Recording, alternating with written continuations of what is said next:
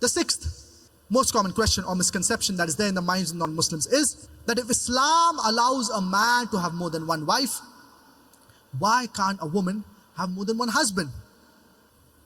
Allah subhanahu wa ta'ala says in the glorious Quran, in Surah An-Nisa chapter number 4 verse number 24, وَالْمُحْسَنَاتُ مِنَ النِّسَاءِ, that the woman who is already married, it is prohibited to marry her.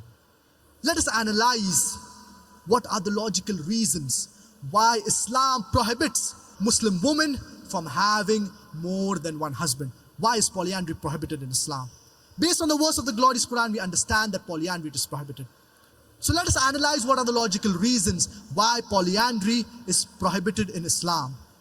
From the glorious Quran, we understand polyandry is prohibited. The first is that if a man has more than one wife, you can easily identify the mother as well as the father of the child.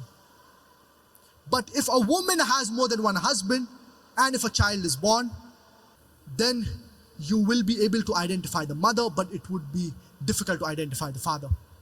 And if you happen to admit the child in school, and when they ask what is the name of the father of the child, you may have to give two names.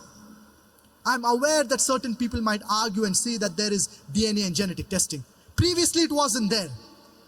But even if I agree that there's DNA and genetic testing, it is not accurate. But even if I agree that it is accurate, this is not the only reason why Islam prohibits a Muslim woman from having more than one husband. There are several other reasons.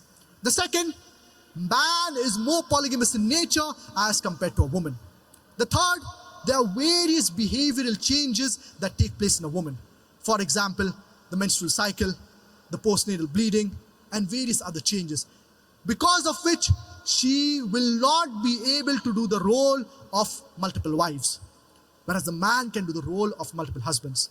The fourth, that if a man has more than one wife, there are very less chances of venereal or sexually transmitted diseases being transmitted, that is the STDs. Whereas if a woman has more than one husband, there are high chances of these venereal and sexually transmitted diseases being transmitted, and it will be retransmitted back to the man. So even logically, it is problematic for a woman to have more than one husband. Due to these various logical reasons, we understand the reasoning why Allah subhanahu wa ta'ala has prohibited a woman from having more than one husband.